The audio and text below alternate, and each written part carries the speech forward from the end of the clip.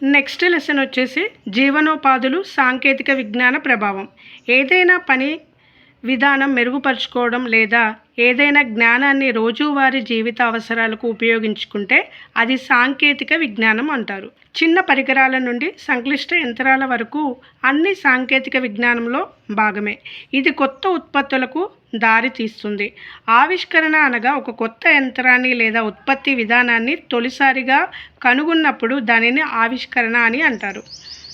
సాంకేతిక విజ్ఞానంలో అభివృద్ధి లేదా పెరుగుదల పూర్తిగా కొత్త యంత్రాల వల్ల రావచ్చు, ముడి సరుకులలో మార్పు వల్ల రావచ్చు, లేదా ఉత్పత్తి ప్రక్రియలో పునఃవ్యవస్థీకరణ వల్ల ఎలా అయినా కూడా సాంకేతికలో మార్పులు అనేవి రావచ్చు.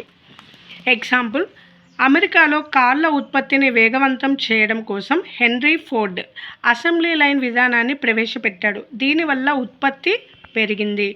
సాంకేతిక విజ్ఞానంలో ఒక మార్పు కొత్త ఉత్పత్తులకు దారి తీస్తుంది. అయితే సాంకేతిక విజ్ఞానం అన్నీ స్వాగతీయలేము. దీనివల్ల ఉద్యోగాలు పోయే అవకాశం ఉంది. భారతదేశంలో ఆహార ధాన్యాల ఉత్పత్తి కాలం ఉత్పత్తి చూద్దాము.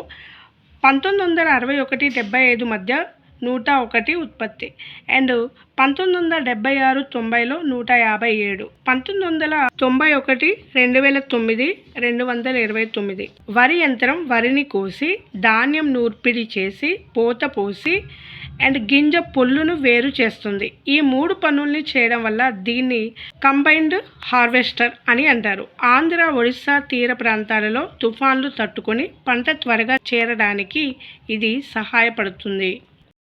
రైతులకు ఎకరానికి 1 క్వింటాల ధాన్యం అదనంగా వస్తుంది. కూలీలు కోయడం జరిగే పంట నష్టంలో ఇందులో ఉండదు. వరి కోత యంత్రం గంటకు 1100 నుండి 1400 రూపాయలు తీసుకుంటున్నారు. యంత్రాల వల్ల డబ్బులు మరియు సమయం మరియు పంట ఆదా అవుతుంది. వస్త్ర పరిశ్రమల్లోని వివిధ విభాగాలలో 10 కోట్ల మంది పనిచేస్తున్నారు. భారత్లో మిల్లుల ద్వారా ఉత్పత్తిని బ్రిటిష్ వాళ్ళు ప్రవేశపెట్టారు. మరమగ్గాలు మిల్లులు బట్టల రంగంలోనికి రాగానే చేనేత మిల్లులు గిరాకీ తగ్గింది. నూలు మిల్లులో పెద్ద ప్రదేశంలో వందల మగ్గాలు ఉండగా మరమగ్గ కేంద్రం కొన్ని మగ్గాలు మాత్రమే ఉంటాయి. 1940లో 40,000 మరమగ్గాలు ఉంటే ప్రస్తుతం మన దేశంలో 5 లక్షల మరమగ్గాల 23 లక్షల మరమగ్గాలు ఉన్నాయి. మహారాష్ట్ర, తమిళనాడు, గుజరాత్లలో మరమగ్గ కేంద్రాలు ఎక్కువ. తెలంగాణ, ఆంధ్రప్రదేశ్లో 50,000 మరమగ్గాలు ఉన్నాయి. 1988-89లో వస్త్ర పరిశ్రమ ఉత్పత్తి ఆనాటి కాలంలో చేనేత 25%, మిల్లులు 20%, మరమగ్గాలు 55%కి పెరిగాయి. అండ్ 2010-2011లో వస్త్ర ఉత్పత్తి చేనేతనేమో 16%, మిల్లులు 21%, మరమగ్గాలు 63%కి పెరిగాయి. 1980 నుండి భారత వస్త్ర ఉత్పత్తిలో మరమగ్గాల వాటా ఎక్కువ. మరమగ్గాలలో 60 లక్షల మందికి ఉపాధి దొరికింది. చేనేత క్షీణత. 1988లో వివిధ రాష్ట్రాలలో 33 లక్షల చేనేత మగ్గాలు పనిచేస్తుండేవి. 2009-10కి ఇది 24 లక్షలకు తగ్గిపోయింది.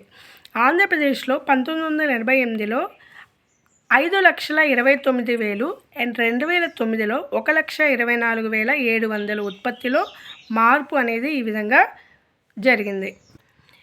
యాంత్రిక విజ్ఞానాన్ని వినియోగించడం వల్ల ప్రతి కార్మికునికి చేనేతలో కంటే మరమగ్గాల మీద 6 రెట్లు బట్ట ఎక్కువగా ఉత్పత్తి అవుతుంది.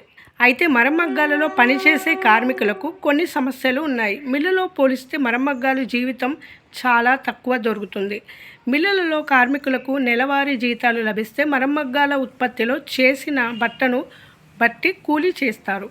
2008 అధ్యాయం మరమగ్గ కేంద్రాల కార్మికులు ఆహార అభద్రత, పోషకాహార లోపం, రక్తహీనత, క్షయ, ఆస్తమా, మహిళల్లో గర్భసంచి వ్యాధులు, గృహ వసతి లేకపోవడం, పిల్లలు బడి మానివేయడం వంటి సమస్యలు వస్తున్నాయి. 2008 అధ్యయనం ప్రకారం భారతదేశంలో టెలికమ్యూనికేషన్ నెట్వర్క్ ప్రపంచంలో 3వ అతిపెద్దది. 1995లో మొదటిసారి మొబైల్ ఫోన్లను అందుబాటులోకి వచ్చాయి. సో ఇది జీవనోపాధులు సాంకేతిక విజ్ఞాన ప్రభావానికి సంబంధించిన ఇంపార్టెంట్ బిట్స్ అండ్ పాయింట్స్. ఈ వీడియో మీకు నచ్చినట్లయితే తప్పకుండా లైక్ అండ్ సబ్స్క్రైబ్ కూడా చేసుకోగలరు. Thanks for watching.